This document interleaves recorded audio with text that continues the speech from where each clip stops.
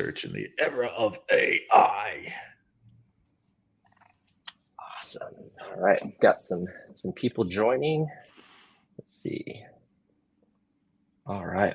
Well, welcome everybody. My name is Justin Meredith, and I will be the moderator for today's discussion. This is the next installment of the AI Success Series, the State of Local Search in the Era of AI. And we have a lot that we're going to get to. We've got a bunch of different topics that we want to hit. We're going to be diving into the state of AI, the state of local search, and where those two meet and how that's going to impact your local business. We've got a lot to get to. But we're going to go ahead and give it a minute just to let people join in. We've got a big group today. But if you haven't been a part of one of our webinars before, we would love to hear from you. Please say hello in the chat. Let us know where you're tuning in from. It's great to see everybody tuning in. I see we've got some people in Philly. We've got New York, Lafayette. Let's see. We've got all kinds of people. Awesome. Wow, that's a pretty active chat. I know, this is exciting. This is going to be a good one. Yeah. Who would think, Awesome. people interested in AI? I would have never thought, Right? Justin. in 2024? Really? Yeah, I thought we were past that. I thought that was a 2023 thing. Yeah, exactly. AI, Yeah. what? No. You have to wonder how many are excited and how many are nervous, because I'm sure there are two different groups, right? Of the people thinking about AI am I afraid of what's coming, or am I excited about what's coming? I'm just wondering how many of these are AI chatbots. That's what I want to know. That's what Jacob said in the chat. He goes, "We're all just chatbots." Hey, you know what? I'll take it. At some point, we'll feel like everything on the internet's going to be AI or some sort of chatbot. So yeah, exactly. Might as well get used to it. Awesome. So let's go ahead and get started. Welcome, everybody. Thank you all for tuning in. Again, my name is Justin, and before we get started, I'd like to give you a quick background on the webinar and what your dashboard looks like. So as most people here can see, we've got a chat section. So if you want to say hello, just let us know where you're tuning in from, maybe offer some ideas, or if you want to say something for the chat, feel free to go there. If you have a question that you'd like us to answer or that's more related to the topic itself, I ask that you guys put that in the Q&A box. Just as you guys can see, the chat's busy, and if someone pops in a question that we wouldn't want to answer live, we might miss it. So thank you for doing that. Also on the docs tab, that we have some related content. We've got some free guides, a couple of blogs there, just some helpful resources to help you continue your learning after today's discussion. And then I think that's about what we've got. As we go into this discussion, we're going to be talking about all kinds of different topics. We're going to have a Q&A session at the end, but feel free to ask your questions at any point. If one pops up that we think we could get to right there in that moment, we'll jump right into it. But without further ado, let's go ahead and get started. And so let me introduce you guys to our guest speakers today. And the first one I want to mention is Ben Fisher. Ben is the co-founder of Steady Demand, a company that specializes in local SEO. He's also a Diamond Product or Google My Business Diamond Product expert, as well as a writer for notable platforms like the Local Marketing Institute, as well as contributes to the influential annual local ranking factor study. Up next, we've got Steve Wiideman, who is the CEO and the senior search strategist for Wiideman Consulting. He specializes in SEO strategy and has over a decade of experience in consulting for various enterprises and renowned brands that you may have all heard of before. In addition to that, Steve also contributes to academia as an adjunct professor at UCSD and CSUF. So welcome, guys. Thank you all for joining. It's great to see you guys again. Ben, we were on a live stream just a couple days ago. But it's good to get the whole gang back together for another webinar. Absolutely. Loving this series, man. Loving this series. Yeah, it's been the AI Success Series has been a ton of fun. We've covered some really cool topics. Later, or not so much late last year, but late last year, we were all together for a webinar where we were breaking more down like the how to use AI and how to prompt, and we've got some really cool takeaways from that one that we may see in this discussion as well. But if you haven't had a chance to look at that, definitely check out our website. That discussion was back from August. and we really got into the nuts and bolts of how to use AI and how to like prompt ChatGPT to get the answers that you're looking for. But today we are going to be talking about the state of local search. And as we move forward into this era of AI, we've got a lot of moving parts. It seems like AI is starting to find its place in everything that we do, from searching online, from finding a business, to creating content, to automating really tedious manual tasks. AI is really starting to find its way into a lot of different aspects of our lives as businesses and as consumers. So Ben and Steve, I think the place where we should start and just kind of set the scene is, how would you describe the current state of, it went too far. The current state of AI. One word, man, chaos, right? It's still super young. I mean, large language models have been around for ages at this point, right? And AI is the buzz term for what's out there, but really Google is the closest to being, I think, more of a generative AI model. But the large language models are still, they're all being tested at this point.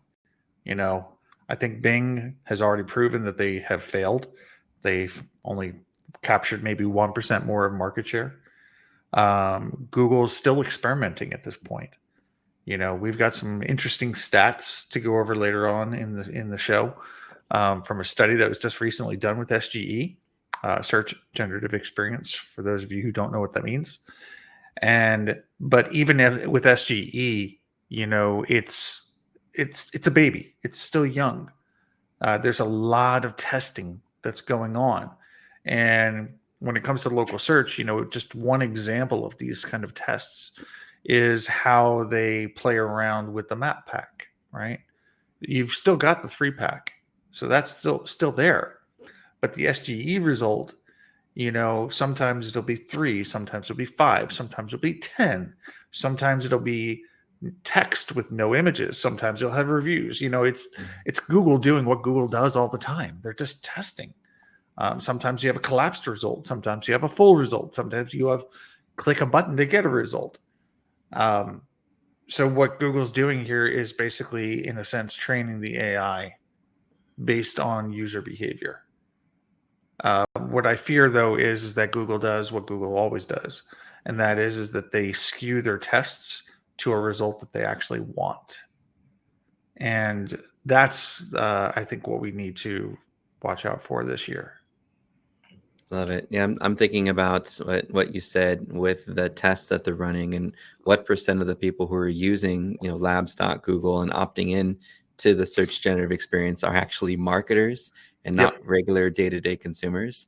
So talk about skewing data. What if their data set was strictly marketers who have a completely different perspective and approach? When I think about the state of where we are as it relates to local search, my brain shifts its percentage of focus from 100% doing what we've always done because it always got great results, to now putting at least 20%, if not more, of our time into testing how our experience is in the new AI enhanced search results. I think I want to keep on the principles, right, of local search, keep on making sure my data is accurate everywhere it needs to be, keep on making sure that our visibility is improving online, so that bots that still crawl the web and try to find and vote for our content can do so, making sure that our name, address, phone number is prominent across the web, and every month they're finding new instances of it. And then lastly, I want to make sure that I'm still paying really close attention to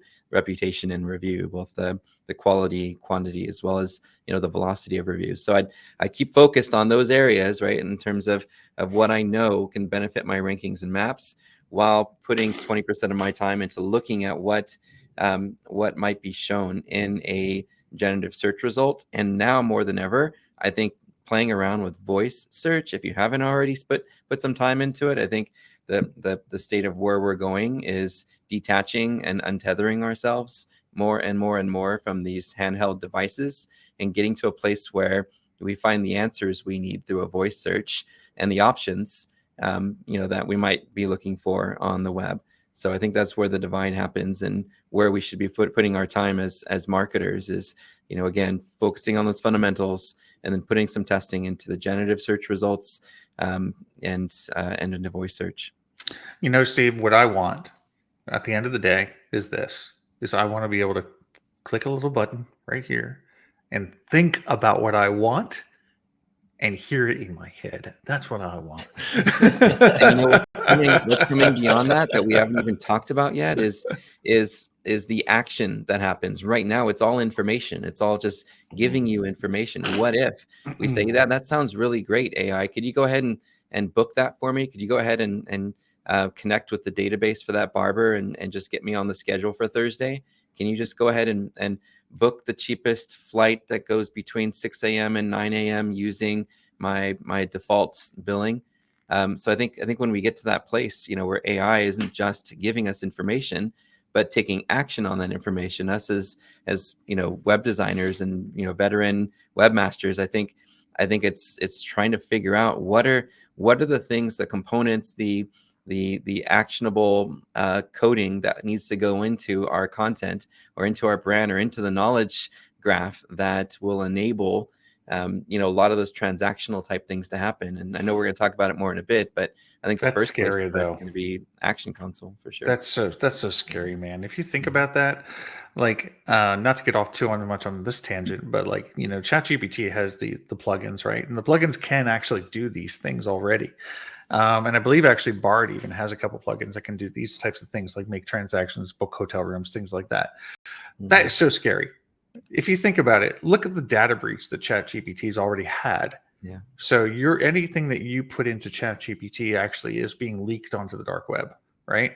So if you go ahead and you do one of these connectors, well, guess what? You're going to have to also connect your credit card to this information. Mm-hmm. Do you really want a large language model having your credit card and having the ability to do things on your behalf? Mm-hmm. And that's it's a curious, cautious question, right? I mean, and we are normally part of this crowd that we love to be on the bleeding edge and we love to test things, but man, I don't know if I want to test that. We'll get there. Just my mom still to this day doesn't put her credit card on the net, so I get it, but who knows? Respect to her for that. And I think we're headed in that direction of taking action. You've seen it, like we have a picture here of the GPT store. These hyper personalized, custom models that are going to be able to do specific actions and plugging in the API to different things.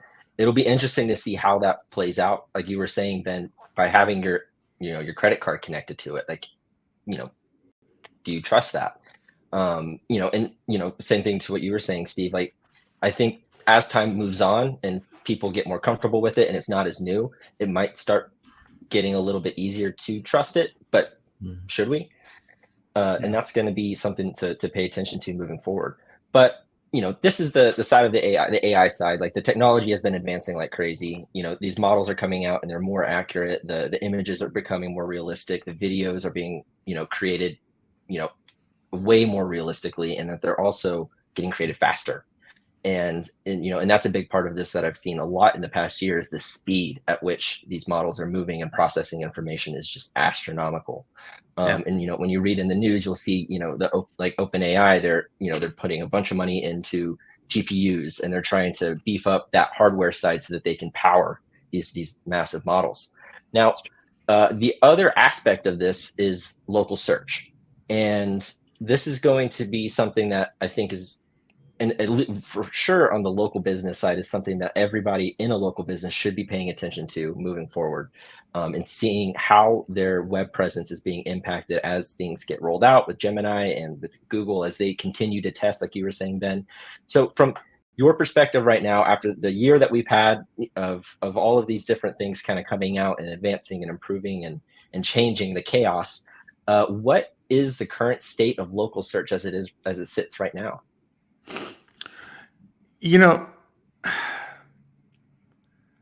I would say that it hasn't changed too much yet, right? There is something that I've been meaning to, since we started this webinar, that I really want to get out there, and I'm going to bring it up now.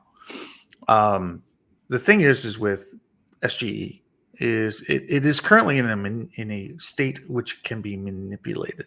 Okay. What I mean by this is I've been focusing a lot personally on what I call answer engine optimization, and trying to figure out, okay, how can I create an SGE result? And I've come pretty close so far in a couple of different areas. But one area that I saw that concerns me is that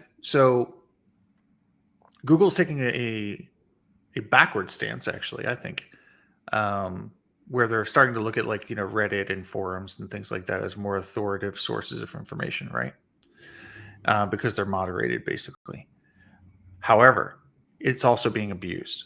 For instance, there are these rogue groups out there that are looking at spam me, and I'm putting it in quotes because they're going after legitimate companies, and they are just putting it all over the web, basically, in as many places as they can that are authoritative sources, that X company is fraudulent.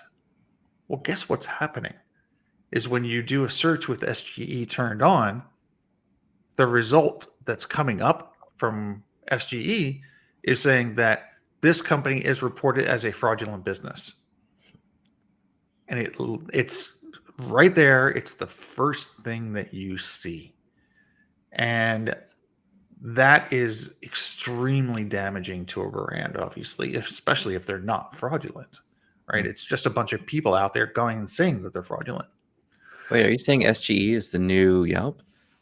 Yeah, right. Exactly right. Too soon? Exactly. You got it.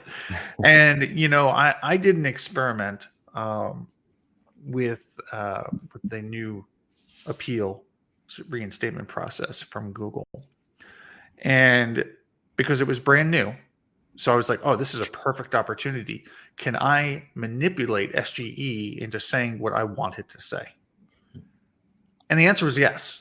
I was able to put it out in a couple different locations. I was able to seed some ideas into some people's minds, and they would echo this one piece of the story. I wanted to see if I could create it and make it so it was real, even though it wasn't. And I was able to, just by getting enough people to talk about it. Mm-hmm. So I think that it's the current state of local searches. We need to watch out. You need to monitor your brand on SGE to make sure that it is actually reflective of yourself. Because, we've had the whole Google's your homepage before. Well, guess what? SGE is going to be a little bit more powerful than that if it fully rolls out. So I would say Google yourself, number one. And if it's wrong, submit feedback. People actually do read that feedback.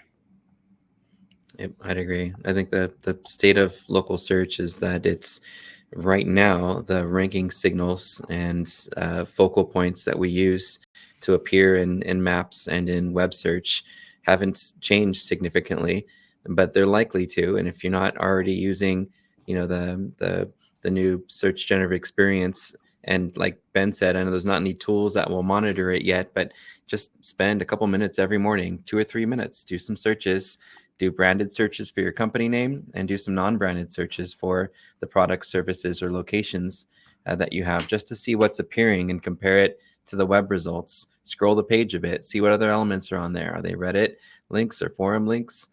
Take a look at the search results for just a few minutes every day as part of, what's on your agenda for 2024, because that could be the new search. And if we're not watching it and it creeps up and goes live on us, and you haven't been watching it, your visibility could disappear.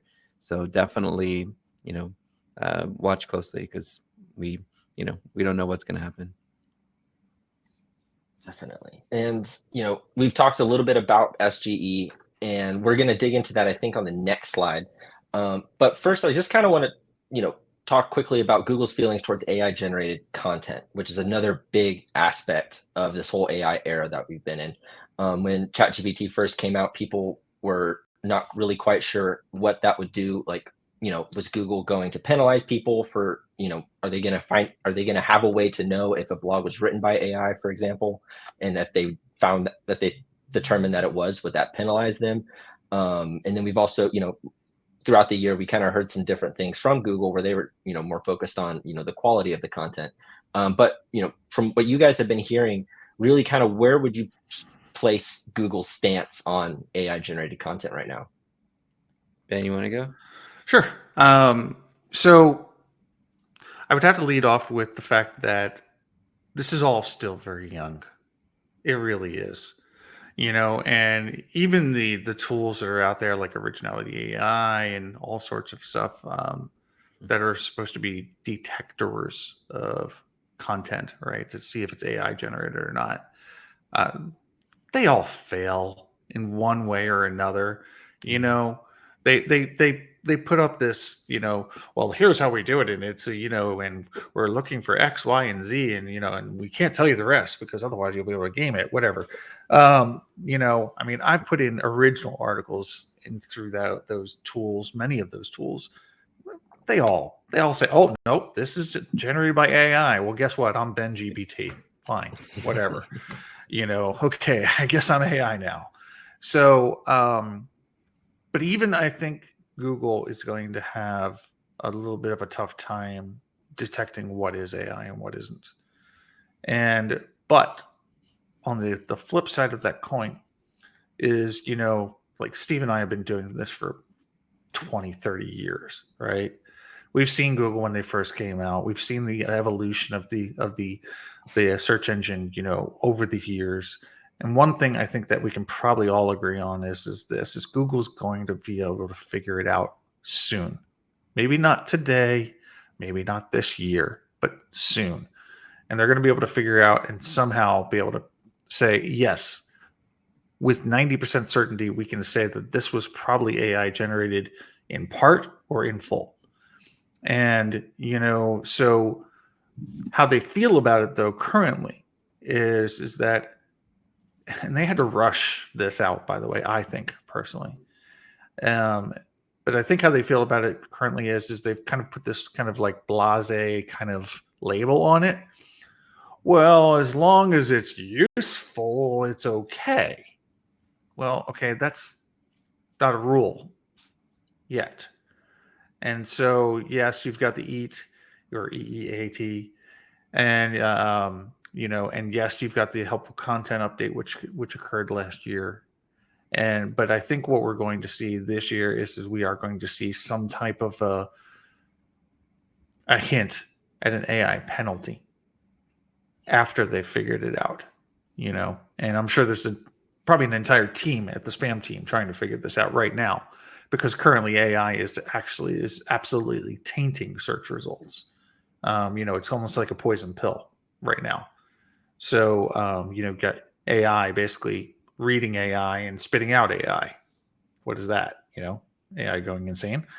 I don't know. What do you think, Steve? It's interesting. They created Bard, so they love, obviously they have an interest and love AI in general. They're incorporating Gemini into their paid advertising, into Google Ads now. I think their overall sentiment toward AI is we need to be where people go if they're using large language models or leveraging AI. So I think Google's stance on AI is we know it's the future, and we want to figure out how to help shape that future through our products and our technology, while at the same time, from a content standpoint, I always go back to this idea that there's 100 plumbers in a city, and all of them are going to AI to write their pipe repair services page, right? Who's going to rank better if we're all just going to AI and saying, write me a page of content that includes all the keywords I need to rank for pipe repair services in whatever city. And you get to that place where all marketers start doing that because it's easier, it's quicker, and we can create thousands of pages on a website. And you have to, like you said, you have to imagine what's the long-term impact of that once everyone's using regurgitated content rewritten, based on a prompt you put into, a chat GPT or a Bard.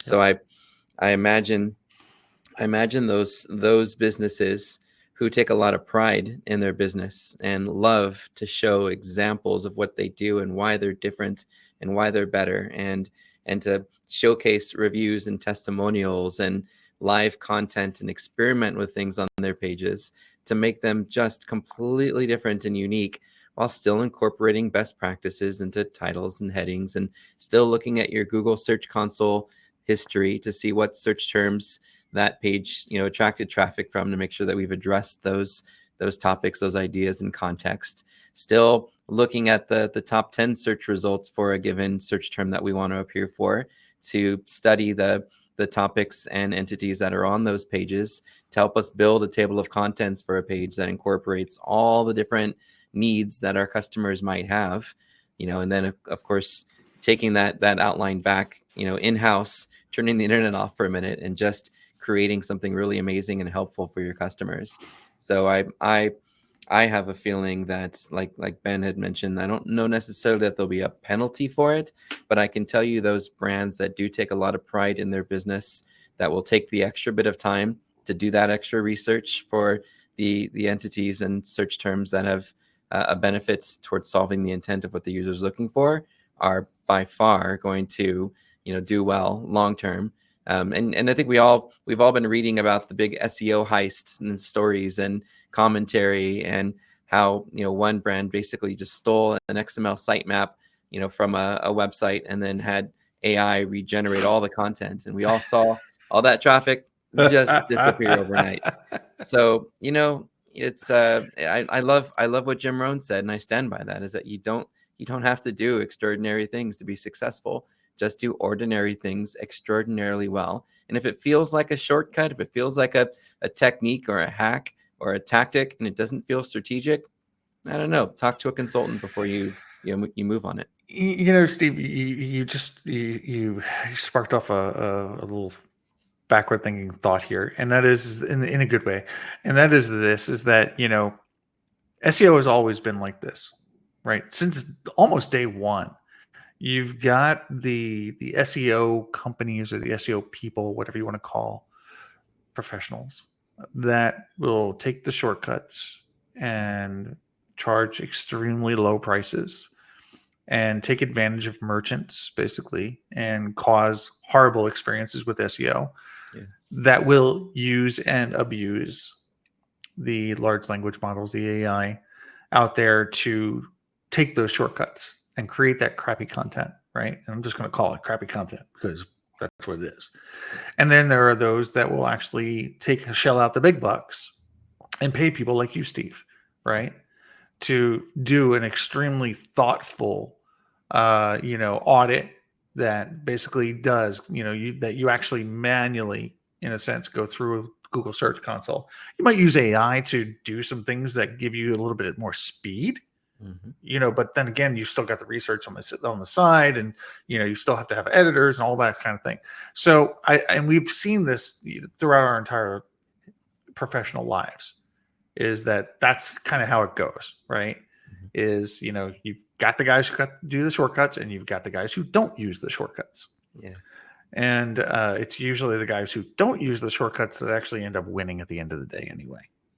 It might take a year or two, but when you look back and you're like, wow, this business, is just dominating for all their search terms, and we never had to do any kind of hacks. And we watched competitors switch domains. We watched competitors strip all their bad content out and not replace it with better content. We've seen so many things that feel like they're just trying to hack their way to the top of the search results, instead of just nurturing and pouring water and sunlight on their most important pages, and testing user experiences to influence search behavior signals, which I think was part of the 7 documents that was in the recent Google court case, where they finally sort of publicly admitted that we are using click and stay behavior as part of our long-term ranking system. So even if you do get to the top of the search results, if people aren't choosing you more often and staying on your page or your listing, or showing some signal that this was a helpful result, you can hack all you want to, but you're not being very strategic, and long term you're gonna be running around in circles. Yeah, and a lot of people have done this. I mean, they've not to dwell too much on this topic, but sorry, Justin, is like when AI first came out. It's like I and many other thousands of marketers went out and built websites with just AI content, It's a test. and they all tanked. After a little while. So you're 100% correct. I mean, it's like it's just not going to get the style of engagement that normal content generates. So that's the before we feeling I move- think on Google AI. They embrace AI. They're going to play a major role in shaping where AI is going to go. But you as a marketer, if you're looking at your content and using AI, by all means, draw inspiration and get content gaps and analysis and suggestions and feedback from AI all day long. But write your own content. So before we move forward, I've got a couple of questions from the chat here, and thank you guys for submitting questions. Continue to do so. But I got a couple here that I think apply to what we're talking about right now. And so I'll just ask them back to back, and then we can get to those, and then we'll keep moving. But so Joy was wondering, when did this fraudulent spamming start? And do you have any case studies or examples? And then Matt's wondering, what is the reasoning for search providers to punish AI content in positioning in these results? So those are two questions. The first one I'll say is that I saw this spammy behavior. When was it? Not even 2 months ago. I'm not going to tell you how they did it because I really don't want to be the person that's responsible for this spreading even further. So, but I can only say that they abused a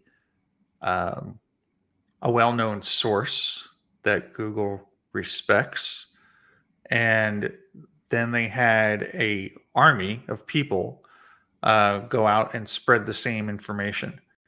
And I don't think they intentionally did this, by the way. I don't think they knew that they were going to actually impact the SGE result. I found out, and I saw it in one location. I did a search for that company's name, and that's how I found it. And then I just backtracked it. And I was able to find out the source, basically, of where it was. So it's just something to watch out for. You want to tackle the other questions? Yeah, Steve? I don't think it's if I understand it right, I don't think it's a punishment. I think it's more rewarding sites that take the time to be unique, right? I don't think they're gonna go out there right now, find all the AI content and just drop it. What they are going to do is see how users interact with it. When a user hits that AI written page, are they going to see just a bunch of paragraphs and go, wow, this doesn't seem like it's really solving my problem?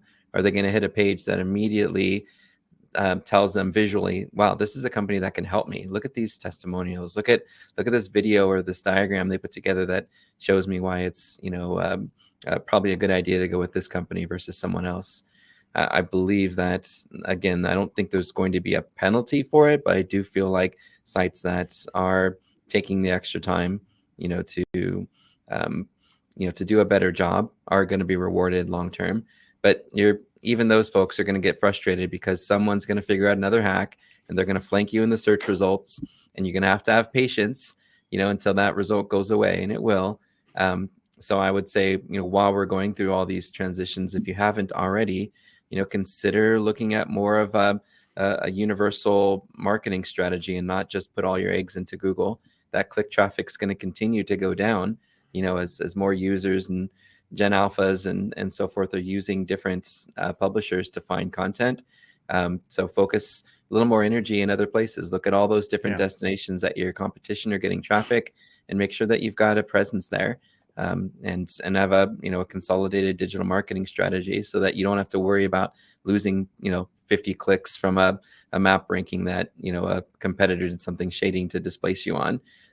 You won't worry about it because you're getting 100 clicks across 20 other mediums.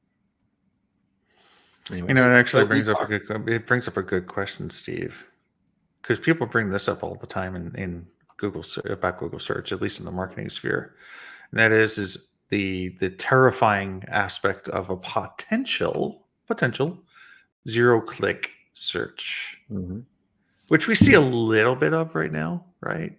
It's here and there. It's like you search for a business, you'll get a phone number, and you just, okay, well, great, I'm going to just give them a call. That's what I was looking for. But SGE can absolutely impact zero-click search, right? And zero-click search, by the way, Joy is asking the question in the chat. And so zero-click search is when you instantly get the answer that you're looking for, and you don't need to go anywhere else. You don't need to click on anything else. You don't need to research it. You don't need to go to somebody's homepage. You've found your answer, basically. It's usually going to be more on informational versus transactional types of searches. However, and I think that's still going to be held true, that it's informational versus transactional. But now you can, obviously, if you're looking for your local Walmart's phone number, you're not going to click on the Walmart website anymore. You're going to click on the phone number, right? Or or Applebee's or whatever. Or if you're like, what is the price of, X? Well, there's your answer. Okay, I don't need any more. So I think that SGE and just AI in general is going to increase the zero-click search, which as marketers we need to understand, and we need to be able to convey the benefits of that.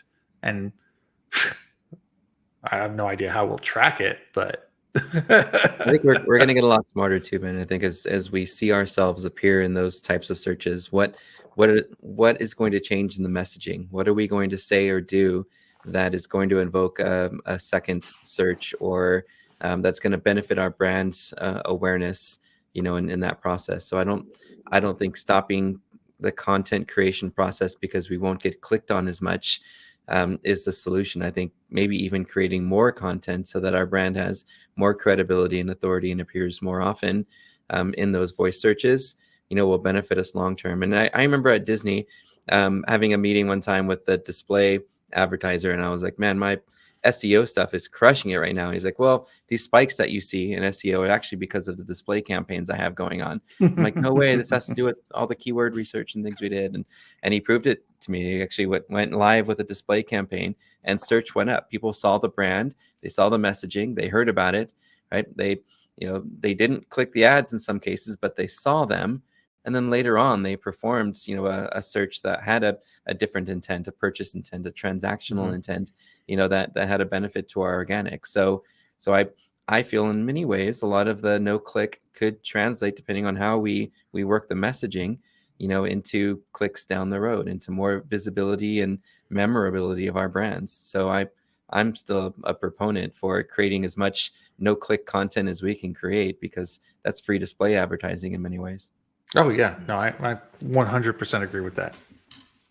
And we've got a question that I want to ask you guys, because it relates just to this. And Steven's asking, do you think SGE will give an unfair advantage in search results to bigger companies that typically have a monopoly on a top search result, or will it give, maybe the little guy a better shot at appearing? He who has the bigger microphone wins. I really think that's what it is. I mean, going back to the answer engine optimization, right? He who can control that message is the one who can manipulate the SGE. I think that that's where it's going to head. Maybe eventually over time that dampens, but I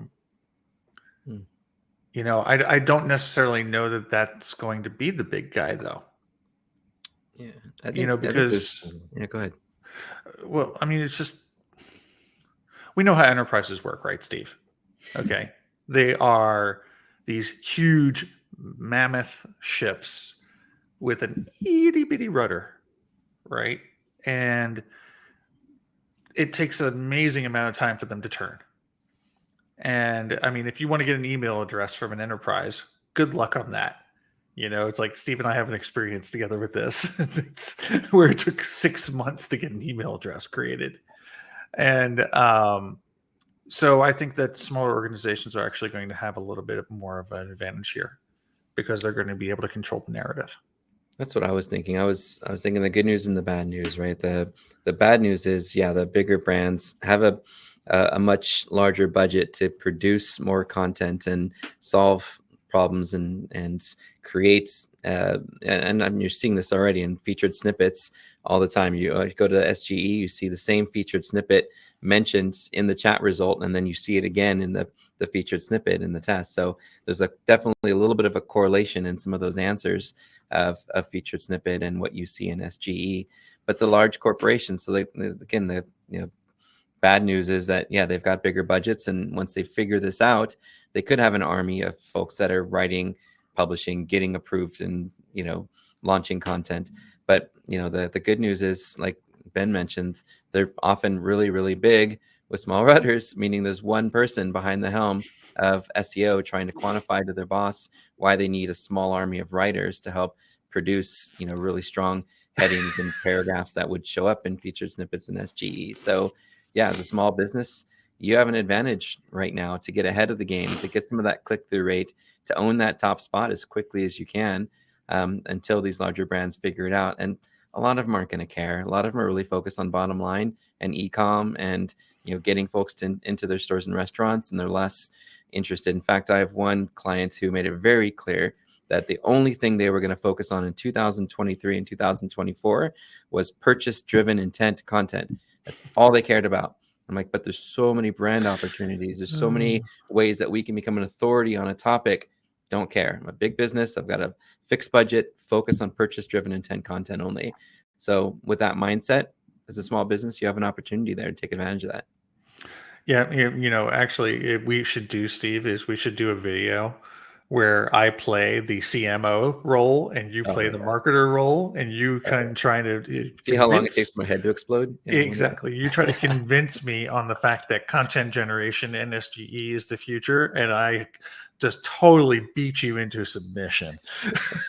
But it's true. It's just the nature of things for large organizations, for sure. Good question though. But no, that's a great question. It's a really great question. So let's keep moving. I'm looking at the chat. We've got some great questions in here. We've got a couple of people who are already, their brains are moving faster than we're talking right now. We've got Kate wondering how we can utilize AI to improve online reputation, which we're going to get to. Ethan's wondering thoughts on using AI as an outline, but still refining and writing the actual content. Yep. And so we've got, and then Beverly's asking, what about using AI to create content that is then reviewed and edited by the copywriter, which is a great place. Both points. And this is a great segue as we talk about what's to come. And so for moving forward, what predictions do you guys have for AI in local search for 2024 and beyond? Shall I start, or you want to start on this one, Steve? I can take this one. I think we keep a principle-based mindset. We keep focus on data accuracy, on relevancy of our location pages for a store, our category and product detail pages. We pay close attention to those. We do whatever we can to expand outside of Google to get our business name, address, phone number as prominent as we possibly can where it matters the most, in local business directories in our cities and industry directories that we know people actually go to, and that we pay attention to our reputation and the activity that's happening in the places that matter. Maybe Google Maps loses some market share and people do start using Bing Maps. Maybe there's Apple Maps, there's some huge revolution that happens where Apple decides to finally launch their search exclusively and drop Google.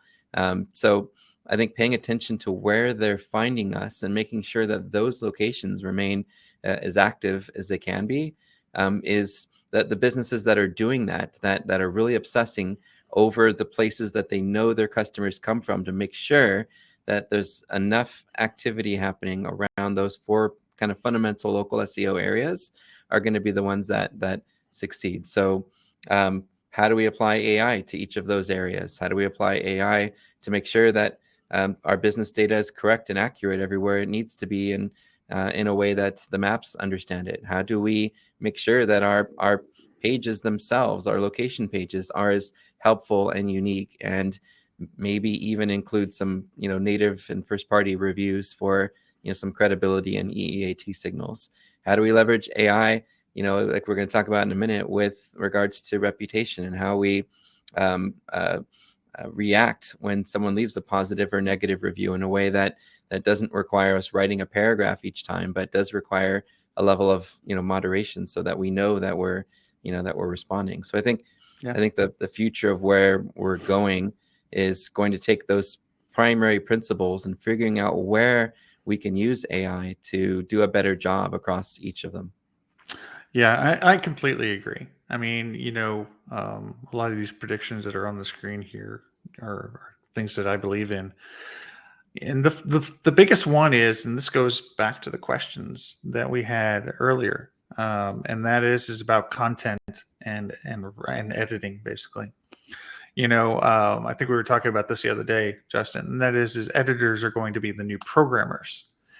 And what I mean there is that they're not going to be programming stuff, but they're going to be in as much demand as a programmer.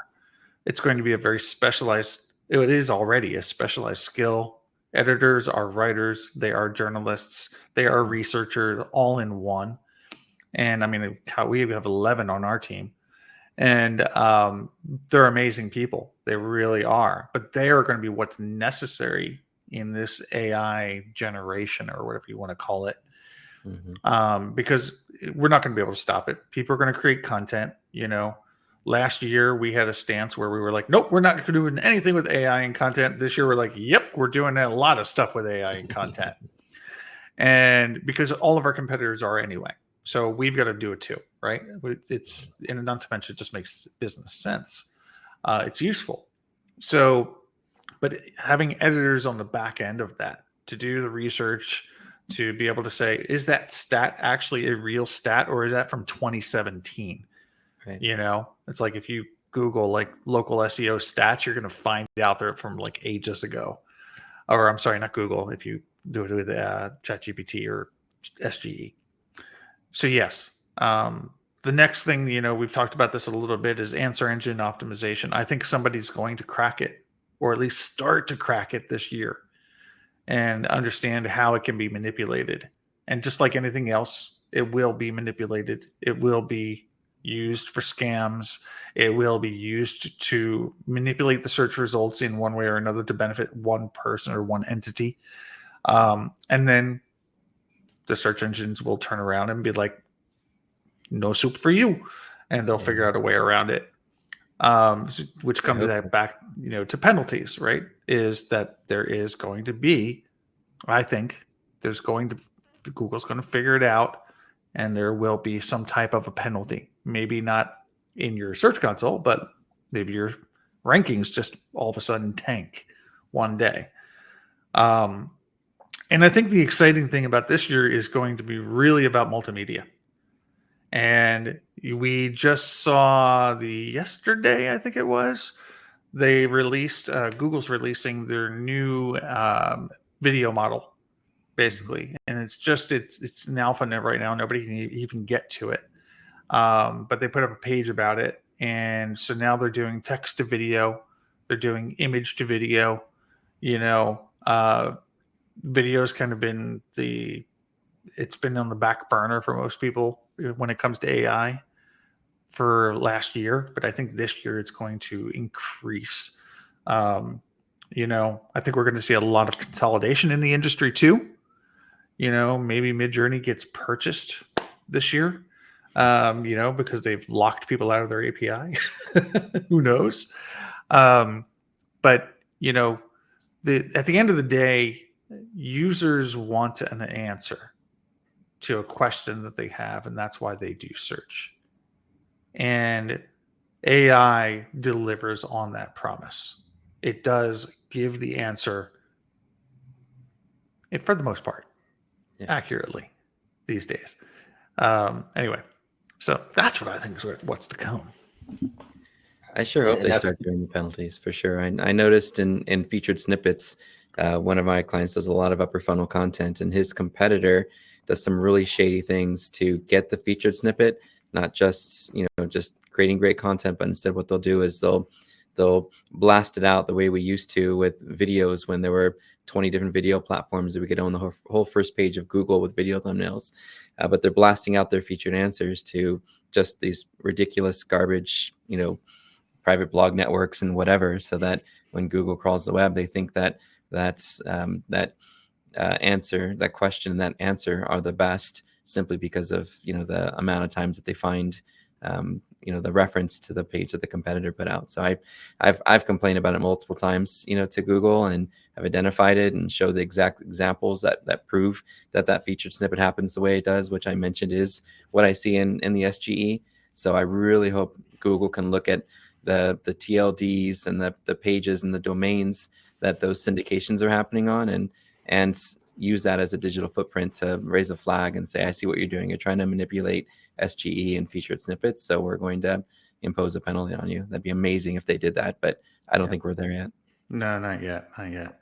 David asked him a really good question here. He's like, is there an online AI content editor or a tool that we can use? Now, wouldn't that be interesting? You create your content with AI, and then you put it into an AI editing tool that does the fact checking and editing. You could do your content in ChatGPT and then ask Bard to redo it, I suppose. I don't know. I wouldn't waste your time though. I would use some dictation software and record your answers to common questions that your customers have, and then give that to a college student who can take that and create some really good content with it.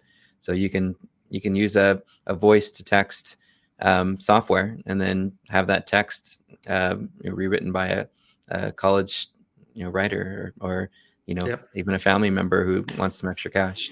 But I wouldn't give my content to AI and say, please write this for me, because I think the voice will be gone, the narrative, the branding, the characteristics and personality of your brand disappear the more you give control to AI.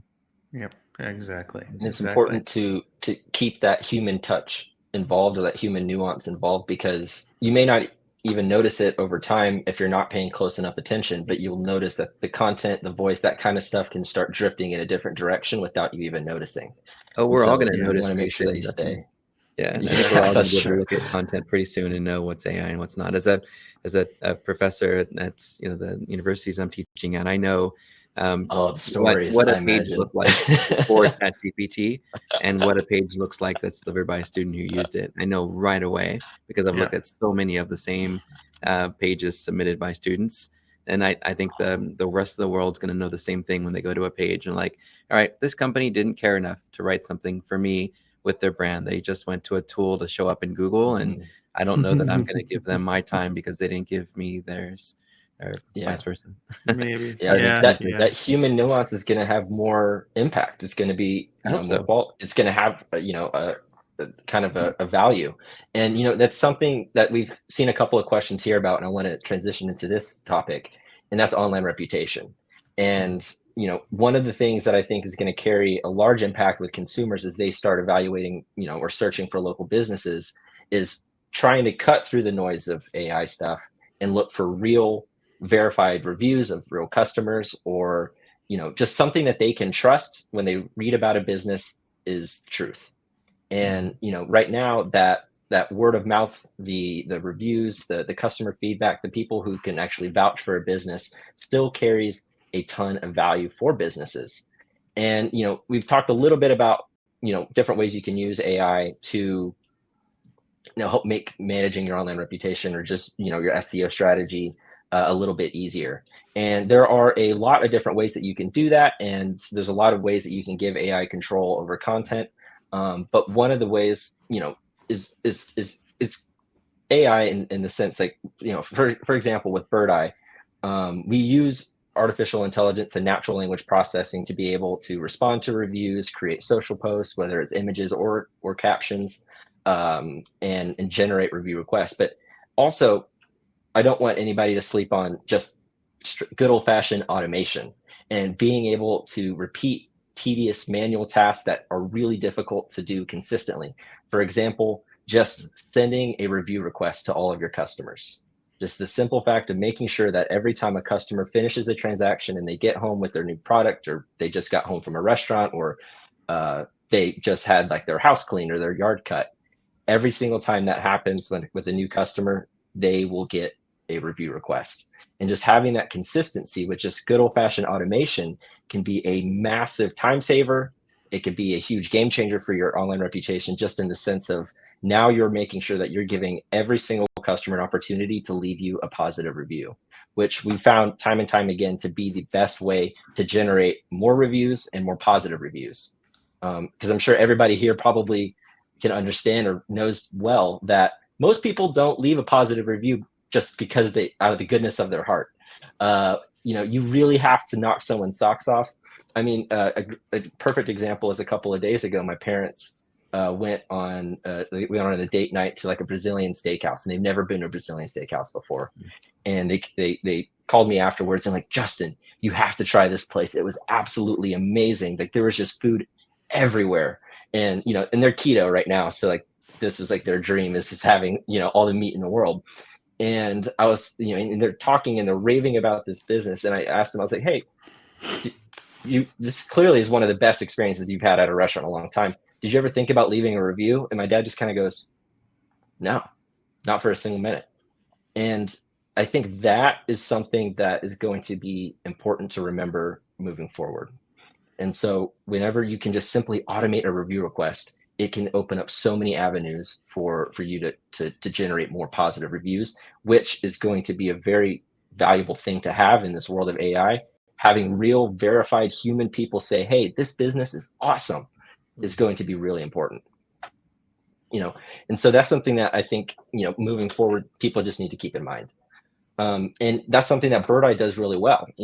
So in addition to the social media and the review generation and the review responses, it also allows you to manage all of that in one platform. So no matter how many locations you have, if you've got 50 locations with 50 business profiles, and you're getting messages from Facebook, from Instagram, from I'm blanking on another, X or Twitter, whatever it is now, being able to receive all of these messages for all of these locations and all these reviews and trying to make sure you're responding to them all of this chaos and everything's floating around is, really difficult to manage. And I think if you just can bring it into a single dashboard where you can just manage it easily, and you can automate a lot of the tedious stuff that goes into managing it, it's going to save you a lot of time, and you're going to see some incredible return just on the reputation side. Now, we are running close to our time, and Steve, I wanted to give everybody a chance to ask maybe a couple of questions, but I also wanted to give you guys a chance to kind of give everyone your final takeaways and really kind of those last thoughts that people should be walking away from today's discussion with. Awesome. Ben, you want to go first? Sure, why not? My one thing that I want everybody to think about is how you can become a prompt master. And I don't care what your job is. I don't care what your title is. I don't care if you're doing quality assurance for a video game company and pushing buttons all day long. You should still be learning how to prompt. It's going to be, I think, one of the most useful resume builders out there for you in the future.